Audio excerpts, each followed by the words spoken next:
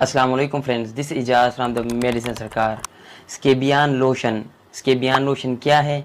स्केबियन lotion को कौन कौन सी बीमारियों में इस्तेमाल कर सकते हैं, इसके अलावा स्केबियन लोशन को अपने जिस्म पर कैसे लगाना है, स्केबियन लोशन के लगाने का जो तरीका है वो कौन सा है, ये पूरा तरीका आज मैं आपको इस वीडियो में बताने वाला हूँ।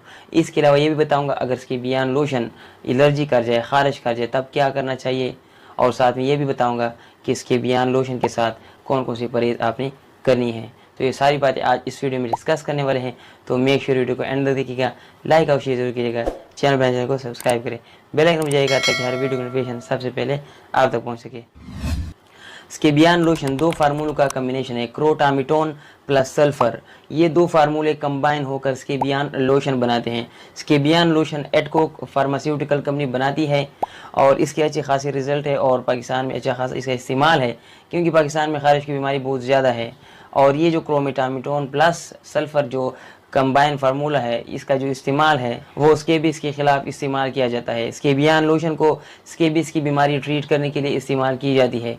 स्केबिस की बीमारी क्या है इसके बारे में मैंने फुल एक मुकम्मल वीडियो बनाई है और उसका जो लिंक है मैं डिस्क्रिप्शन में दे दूंगा या आई बटन में दे दूंगा, आप जाकर देख सकते हैं। लेकिन स्टिल मैं फिर भी कुछ इन्फॉर्मेशन देना चाहूँगा इस बीमारी के बारे में। स्केबीज एक जल्दी बीमारी है, इन्फेक्शन है, स्किन इन्फेक्शन है जो कि माइट्स की वजह से पैदा होती है। माइट्स उसका जरासीम है, जरासीम को माइट्स कहते हैं। ये जिस्म के ऊपर आ जाता है और जिस्म के ऊपर इरिटेशन करता है। उसी इरिटेशन की वजह से हम जो है ना वो खारिश फील करते हैं। जो भी स्केबीज जो बीमारी उसका शिकार हो, तो जो माइट से जब वो इरिटेशन करता है तो वो बंदा खारिश महसूस करता है। और उसके अलावा छोटे छोटे ब्लिस्टर या दाने बन जाते हैं जिसमें पस की फार्मेशन हो जाती है। तो सुर्ख दाने होते हैं या पस से भरे हुए छोटे छोटे दाने होते हैं और साथ में खारिश भी होती है। तो जब क्रोमेटामिटोन लोशन यानी स्केबियन लोशन को जिस्म पर लगा दिया जाता है तो ये जो इचिंग होता है, स्किन इचिंग होता है, उसको ख़त्म कर देता है और साथ में जिल्द की और जो मसले होते हैं उसको भी हल कर देते हैं। अब सवाल ये है कि ये जो दवाई है इसको इस्तेमाल करने का तरीका क्या है, क्योंकि इसका जो तरीका है वो बड़ा कम्प्लेक्स है, हर किसी की समझ में बड़ी आसानी से नहीं आती। सबसे पहले तो एक बात ज़रूरी है कि एक लोशन है और ये सिर्फ स्किन के लिए इस्तेमाल की जाती है, मुंह के ज़रिए ये नहीं खाई जाती। ये एक जहर जैसा होगा, नुकसान दे सकता है और पूरे जिस्म पर लगाना है एक्सेप्ट अपने आंखों, नाक, चेहरे और इसके अलावा जो सेक्सुअल एरिया विजाइना है वहाँ पर इस्तेमाल नहीं करना है।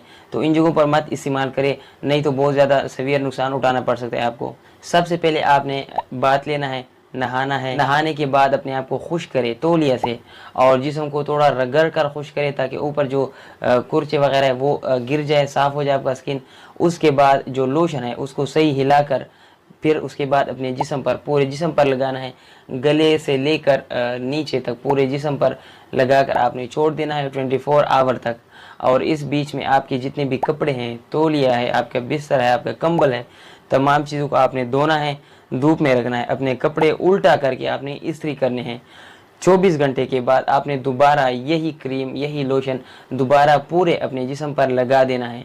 जिस्म पर लगा देने के बाद 24 घंटे जब गुजर जाए, यानी एक नहाने से दूसरे 48 घंटे के बाद आपने फिर उसके बाद दोबारा नहाना है, यानी 48 घंटे के बाद, ताकि आपकी जिस्म जो दवाई है वो उतर जाए। लगाते वक्त आपने एक चीज़ का बहुत ज़्यादा ध्यान रखना है कि ये जो क्रीम है, लोशन है, ये आपने अपने पूरे जिस्म पर लगाना है और जितने भी ये जो फोल्ड है जिस्म के, तो इन जगहों पर भी आपने सही दबाकर लगाना है।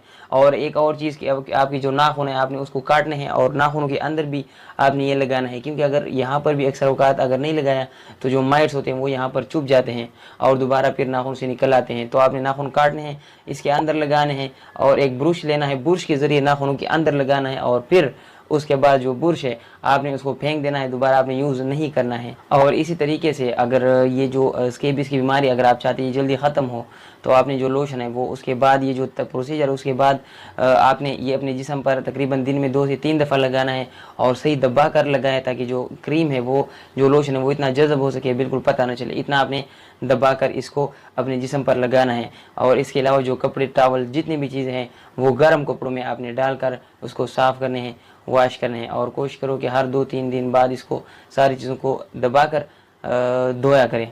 हर मेडिसिन के साथ थोड़े बहुत उसके बुरे असरात होते हैं इस एलोपैथिक में, तो यहाँ पर भी जो उसकी बियान लोशन है इसके थोड़े बहुत साइड इफ़ेक्ट्स भी है। तो अब यहाँ पर हम कुछ साइड इफ़ेक्ट्स को डिस्कस करते हैं। पहले तो ये है कि आपका जो स्किन कंडीशन है वो इतना वर्स होगा, इरिटेशन इतनी ज़्यादा होगी, ख़ारिश होगी, सुर्खी होगी। तो अगर इस तरह कंडीशन हो जाए तो आपने इस दवाई को रोक देना है, इस्तेमाल ही नहीं करना है और डॉक्टर के पास जाकर उसे बता देना है, ताकि वो आपको फर्दर ट्रीटमेंट के लिए और कोई मेडिसिन आपको तजवीज़ कर दे। लेकिन बहुत से लोगों में ये साइड इफ़ेक्ट्स नहीं होते और वो नॉर्मली इसको इस्तेमाल कर सकते हैं। लेकिन एक चीज़ आप याद रखिए कि डॉक्टर जब आपको दवाई तजवीज़ करता है तो वो उस कंडीशन को देखता है कि इस दवाई के जो फ़ायदे हैं वो बहुत ज़्यादा है और साइड इफ़ेक्ट जो आपको पहुँचाएगा वो बहुत कम है। तो अगर आप साइड इफ़ेक्ट से डरते हैं और इस्तेमाल नहीं करते तो ये आपके लिए बहुत ज़्यादा बुरा है। अच्छा, जब आप सवियर यहाँ पर एलर्जी कंडीशन आपको ख़ारिश हो, सुर्खी यहाँ पर स्किन के ऊपर आ जाएं और सोजन हो जाएं और ख़ुसूसी तौर पर फेस, टंग और थ्रोट में यानी चेहरे पर, ज़बान पे और यहाँ पर गले में सोजन हो जाएं, तो ये भी इसके बयान का या क्रोमिटामिटोन का साइड इफ़ेक्ट्स है। तो ये कुछ मालूमात इस दवाई के बारे में। मैं जानता हूँ कि मेरे पास दवाई नहीं है, लेकिन स्टिल मैं बहुत ज़्यादा आपको समझा सकता हूँ अच्छे तरीके से और मुझे उम्मीद है आप समझ गए होंगे इस बीमारी के हवाले से। लेकिन स्टिल अगर आपको कोई भी सवाल हो आप फिर भी कमेंट में पूछ सकते हैं, इंशाल्लाह मैं आपको उसका ज़रूर और जल्दी से जल्दी रिप्लाई किया करूँगा। आज के लिए बस इतना ही। अपना ख्याल रखिएगा। दीजिए साइनिंग ऑफ। अल्लाह हाफ़िज़।